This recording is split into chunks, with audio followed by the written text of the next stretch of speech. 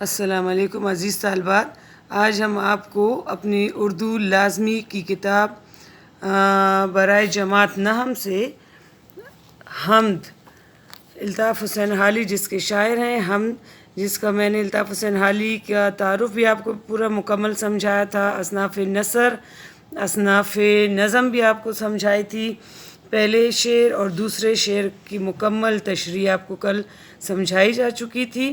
اب میں آپ کو شعر نمبر 3، محرم بھی ہے ایسا ہی جیسا کہ ہے نامحرم، کچھ کہہ نہ سکا جس پر یا بھید کھلا تیرا، شعر نمبر 3 کی تشریح سمجھاؤں گی۔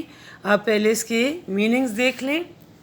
محرم راز جاننے والا، یا پرانی اردو میں یہاں کو یا بولتے تھے، یا مطلب یہاں، نامحرم راز نہ جاننے والا، محرم راز جاننے والا، نامحرم راز نہ جاننے والا، بھید راز۔ یہ میننگز آپ اپنی شعر نمبر 3 اپنی کتاب کے اوپر یہ نوٹ کر لیں۔ اچھا جی، اب ہم آتے ہیں اپنے اس شعر کی تشریح کی طرف کہ اس شعر کا کیا مطلب ہے۔ محرم بھی ہے ایسا ہی جیسا کہ ہے نامحرم۔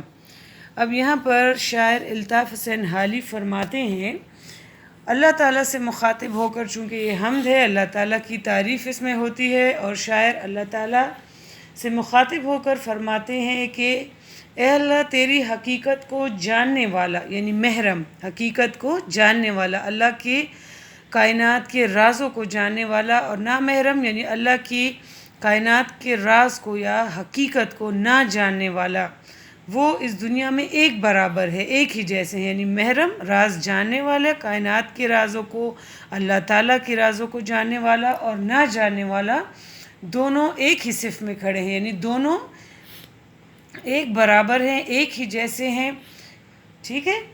اور اس کے علاوہ جس پر کہتے ہیں کہ یا اللہ، تیرا راز اگر ظاہر بھی ہو جائے، وہ اپنی زبان سے کچھ نہیں کہہ سکتا، اللہ تعالیٰ کی ہستی کو کوئی نہیں سمجھ سکتا، بڑے سے بڑا دانا، بڑے سے بڑا فلسفی، بہت مطلب ٹیلنٹڈ سے ٹیلنٹڈ بندہ بھی اس کائنات کے رازوں کو جاننے کی اگر کوشش کرے بھی تو اللہ تعالیٰ کی کائنات کے جو راز ہے وہ راز جاننے سے قاصر ہوگا۔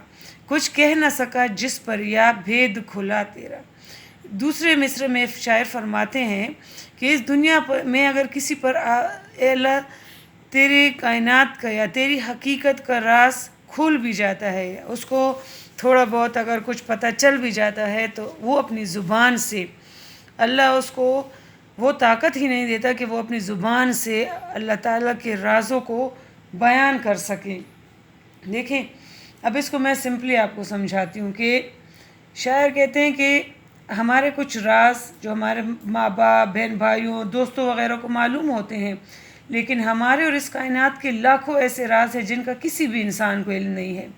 ہم تو یہ نہیں جانتے نا کہ کل کیا ہوگا، مستقبل میں ہمارے پاس کیا ہوگا، کیا نہیں ہوگا، اچھا ہوگا، برا ہوگا، کچھ ہمیں نہیں پتہ، مگر اللہ کی جو مبارک ذات ہے اس سے کوئی بھی بات پوشیدہ نہیں، چاہے وہ زمین کے کسی حصے کی ہو، چاہے وہ سمندر کی گہرائی ہو، چاہے وہ آسمانوں میں پوشیدہ راز ہو، اللہ تعالیٰ ہر ایک چیز سے واقف ہے، اللہ سے کوئی بھی راز پوشیدہ نہیں۔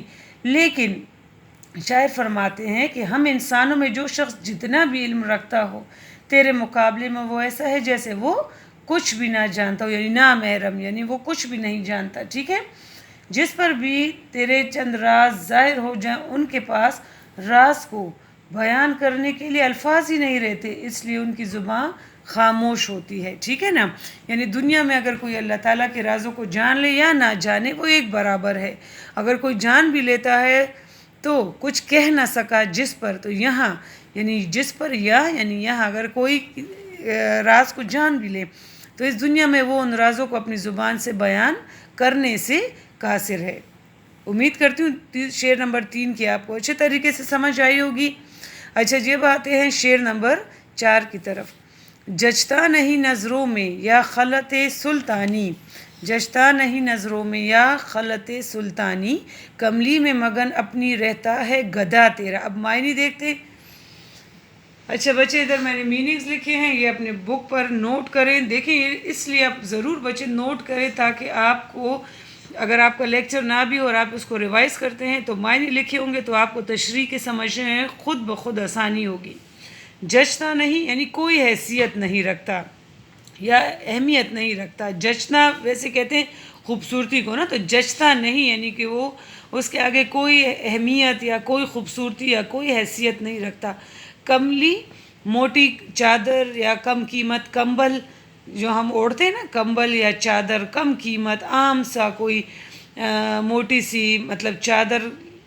مگن خوش رہنا یا مصروف رہنا، ہم کہتے ہیں نا ہم کاموں میں مگن ہے یعنی مصروف ہیں۔ خلط اس کو ایک ساتھ بھی آپ لے سکتے ہیں، خلط سلطانی یہاں پر بک میں لفظ ہے، تو خلط سلطانی، خلط لباس کو کہتے ہیں اور سلطانی یعنی سلطان مین بادشاہ۔ خلط شاہی لباس، ٹھیک ہے، شاہی۔ خلط سلطانی کا جو مطلب ہے یہ میں نے الگ الگ کر کے ذرا آپ کی آسانی کے لیے لکھا ہے، ورنہ یہ ہم ایک ہی ساتھ اس کا مطلب پروناؤنس کرتے ہیں۔ خلط سلطانی وہ لباس جو بادشاہ کسی کو انعام کے طور پر دے، یعنی بادشاہی لباس، شاہی لباس۔ گدھا کہتے ہیں بچے فقیر کو، گدھا فقیر، ٹھیک ہے۔ اچھا جی، اب اس کی تشریح کی طرف ہم آتے ہیں۔ اب اس کی تشریح کو بچے غور سے سمجھنے کی کوشش کریں۔ ہم بہت آسان ہے، بس تھوڑا سا جسٹ آپ کی اس پہ توجہ چاہیے، ٹھیک ہے۔ اچھا جی، اب اس شعر میں الطاف حسین حالی انسان کی وہ انسان جو اللہ تعالیٰ سے عشق فرماتے ہیں، محبت کرتے ہیں، ان کی صفات کو، یعنی اس شعر میں شاعر نے درویش صفت لوگوں کی صفات بیان کی ہے کہ جن کے دلوں میں اللہ تعالیٰ کی عظمت ہوتی ہے، محبت ہوتی ہے، جو اللہ سے عشق فرماتے ہیں وہ دنیا پر حاوی ہو جاتے ہیں، ٹھیک ہے نا۔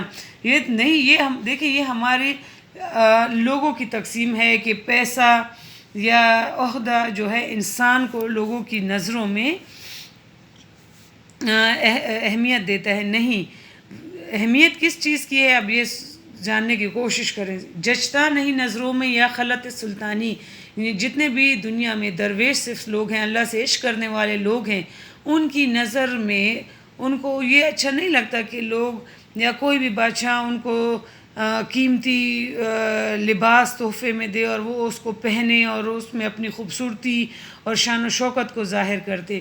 نہیں، درویش صرف جو لوگ ہوتے ہیں وہ اپنی کملی میں یعنی اپنے پھٹے پرانے کپڑوں میں، اپنی موٹی سی چادر میں، اپنی فقیری میں، یہاں سے مراد یعنی اپنی فقیری میں مگن یعنی مصروف رہتے ہیں، خوش رہتے ہیں۔ کملی میں مگن اپنی رہتا ہے گدا تیرا، یعنی جو اللہ سے عشق کرنے والے لوگ ہیں وہ اپنی پھٹی پرانے کپڑوں میں، چادر میں، یعنی اپنی فقیری میں، عاجزی میں ہی جو ہے مست رہتے ہیں، مگن رہتے ہیں۔ گدا یعنی فقیر، ان کی نظر میں درویش صرف لوگوں کی جو نظر ہے وہ شاہی زندگی کو اپنی غربت پر، اپنی درویشی پر، اپنی فقیری پر ترجیح نہیں دیتے، کیونکہ انسان جو ہے جب وہ ان چیزوں میں یعنی عمارت کے نشے میں کھو جاتا ہے تو وہ اللہ کو بھول جاتا ہے، مگر جو درویشی اور فقیری جو ہے وہ انسان کو اللہ کے قریب رکھتی ہے۔ اس وجہ سے شاعر کہتے ہیں کہ درویش صفت لوگوں کی نگاہوں میں جو دنیاوی چیزیں ہیں، شاہی لباس یا پیسہ یا محل، ان چیزوں کی کوئی اہمیت نہیں، انہیں کسی بڑی بادشاہت کی یا بادشاہی چیزوں کی جو کشش ہے، پیسے کی، دولت کی، وہ ان کو جو ہے انسپائر نہیں کرتے۔ وہ اپنی بوسیدہ چادر میں اپنی رب کی عبادت کرتے ہیں، اور چاہے وہ جیسے جس طریقے سے بھی رہے، جو بھی کھا رہے ہیں، وہ اپنے جو ہے وہ عاجزی کو جو ہے وہ پسند کرتے ہیں اور اپنی دنیا کی خوبصورتیوں اور رعنائیوں کو ٹھکرا کر اپنی عاجزی والی زندگی کو پسند کرتے ہیں۔